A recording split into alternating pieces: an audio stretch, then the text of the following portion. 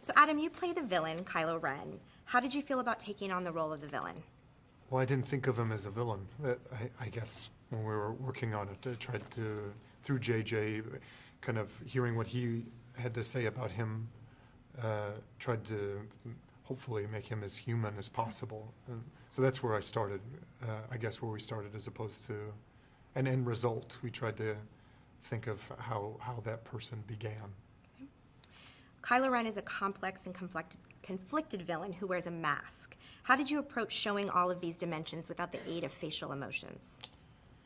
Well, some of it, I guess, is not really up to me, and some of it was. I feel, it's so collaborative that you can only do so much, and just trust everyone that the story is coming across. That you don't maybe you don't fight the costume. I guess there's so many trusting that the power of thought is a powerful force to use vernacular from the movie.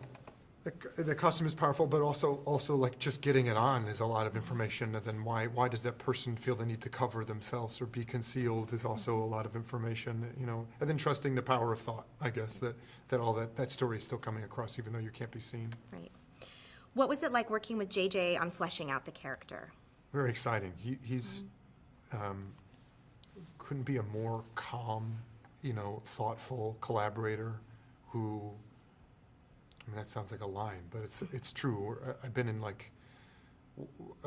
his ability to kind of compartmentalize and give everyone their due attention and with still keeping a third eye on the bigger picture is pretty incredible to witness. Yeah. Were you impressed by the scale of the film and the practical sets, and how did that sense of reality and authenticity help you as an actor? Well, just speaking of JJ, he understood that innately that putting people in front of blue walls wouldn't be as exciting as putting people in front of tactile objects, and how that also gave him room for improv, which was really, I think, necessary in something like this. And I feel like you get that in the original trilogy, that even though it's they were working within constraints, either financial or just technology, and I think it allowed them for a lot of improv, and he set himself up for that. And with having,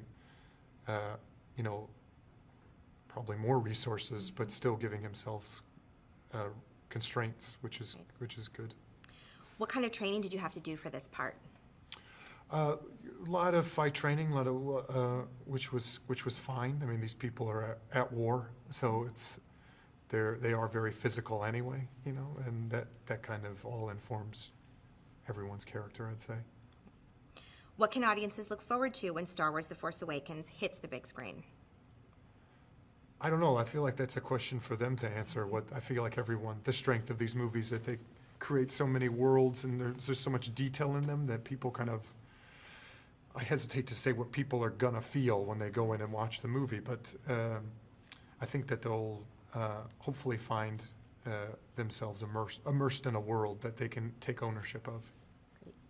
If you had to describe your experience making this film in one word, what would that word be and why? Surreal. Self-explanatory. Yes.